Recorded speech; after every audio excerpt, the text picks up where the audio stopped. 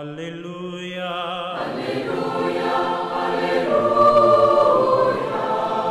Alléluia, Alléluia, Alléluia.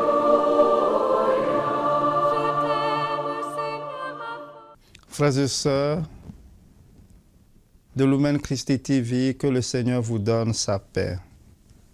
Le Seigneur soit avec vous. Évangile de Jésus-Christ selon saint Matthieu. Comme les disciples s'étaient rassemblés autour de Jésus sur la montagne, il leur disait: « Vous avez appris qu'il a été dit, tu ne commettras pas d'adultère. Eh bien, je vous dis, tout homme qui regarde une femme et la désire a déjà commis l'adultère avec elle dans son cœur. Si ton œil droit entraîne ta chute, arrache-le et jette-le loin de toi, car c'est ton intérêt de perdre un de tes membres et que ton corps tout entier ne soit pas jeté dans la géhenne.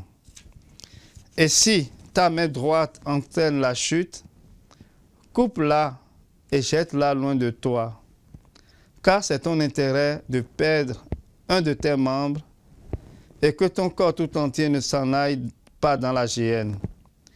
Il a été dit encore, si quelqu'un renvoie sa femme, qu'il lui donne un acte de répudiation. Eh bien, moi, je vous dis, tout homme qui renvoie sa femme, sauf en cas d'union illégitime, la pousse à l'adultère. Et si quelqu'un épouse une femme renvoyée, il est adultère. Acclamons la parole de Dieu. Frères et sœurs bien-aimés, encore que le Seigneur vous donne sa paix.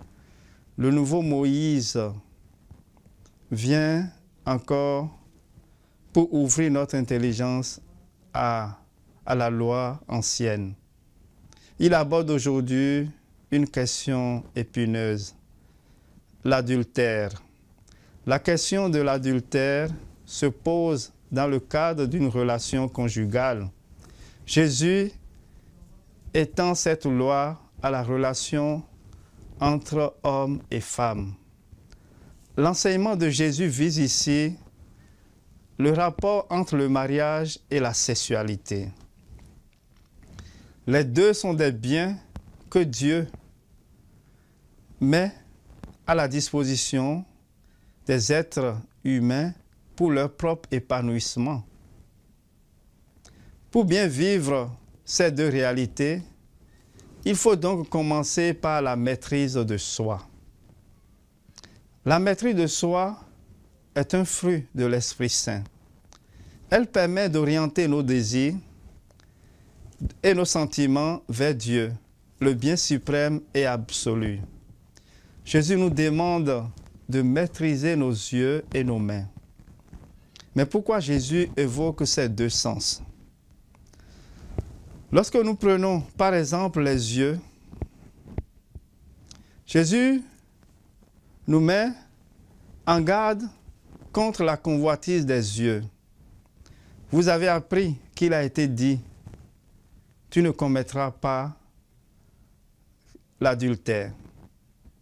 Eh bien, moi je vous dis, tout homme qui regarde une femme avec convoitise a déjà commis l'adultère avec elle dans son cœur. Jésus ne nous interdit pas de regarder les femmes. Il interdit de les regarder avec convoitise. Ce qui est interdit, c'est la convoitise des yeux. J'avais l'habitude de dire à un ami qu'on ne regarde pas deux fois et qu'on ne pense pas à ce qu'on a regardé. L'expression convoitise des yeux se trouve dans la première épître de Saint Jean. Je cite, « N'aimez pas le monde, ni ce qui est dans le monde. Si quelqu'un aime le monde, l'amour du Père n'est pas en lui. Tout ce qu'il y a dans le monde, la convoitise de la chair, la convoitise des yeux, l'arrogance de la richesse, tout cela ne vient pas du Père, mais du monde. Or, le monde passe et sa convoitise avec lui. mais celui qui fait la volonté de Dieu demeure pour toujours. La convoitise des yeux représente le désir pécheur de posséder ce que nous voyons et d'avoir ces choses qui ont un attrait visuel. Cette convoitise de l'argent, des biens ou d'autres choses physiques ne viennent pas de Dieu, mais du monde qui nous entoure. La loi de Moïse s'intéresse à cette question, ordonnant « Tu ne convoiteras pas la maison de ton prochain, tu ne convoiteras pas la femme de ton prochain, ni son esclave, ni sa servante, ni son bœuf, ni son âme, ni quoi que ce soit qui lui appartienne. » La convoitise peut inclure le désir d'avoir des personnes, des biens ou un statut. Satan utilise la convoitise des yeux comme moyen de tentation. Si Ève a écouté le serpent dans le jardin, c'est en partie parce qu'elle a regardé le fruit défendu et qu'elle a vu qu'il était agréable à regarder. Satan a utilisé une image visuelle pour la piéger et il a tenté de faire la même chose avec Jésus. En effet, l'une de ces tentations dans le désert visait à amener Jésus à convoiter le pouvoir terrestre en promettant de lui donner tous les royaumes du monde et leur splendeur, moyennant un certain prix. Bien sûr, Jésus n'a pas succombé à la convoitise des yeux et Satan a été vaincu. Nous devons suivre l'exemple de Jésus et par la puissance du Saint-Esprit, résister à la convoitise des yeux. Le monde est plein de bonbons pour les yeux. Nous pouvons voir combien nous sommes sollicités aujourd'hui par les réseaux sociaux. L'addiction de l'écran fait que la convoitise des yeux demeure un sérieux problème pour notre temps. Il est de bon ton de prendre des décisions afin de mieux vivre sa sexualité, car la convoitise des yeux empêche de voir la sexualité comme un moyen de relation vrai entre les êtres humains et de réduire l'autre à un objet de plaisir. Demandons au Seigneur de prendre nos yeux afin qu'ils ressemblent à ses yeux de compassion et d'amour. Par ailleurs, Jésus parle des mains. Si notre main droite nous entraîne à la chute, il faut la couper.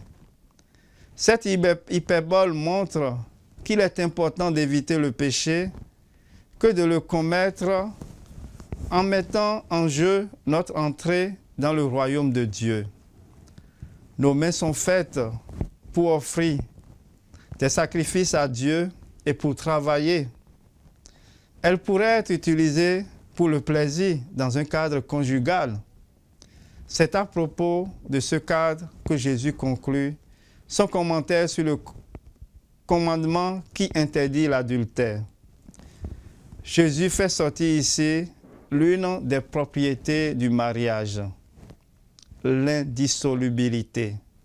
Nous ne devons pas réduire les relations humaines au plaisir, mais nous devons savoir qu'elles prennent leur source dans l'amour vrai, libre et gratuit. En définitive, Jésus nous demande de mettre l'amour vrai, c'est-à-dire la charité, au cœur de notre vie. Que le Seigneur nous aide à avoir le cœur pur et les mains innocentes afin de vivre de belles relations entre nous. Le Seigneur soit avec vous. Que Dieu Tout-Puissant vous bénisse, le Père, le Fils et le Saint-Esprit. Alléluia. Alléluia, Alléluia.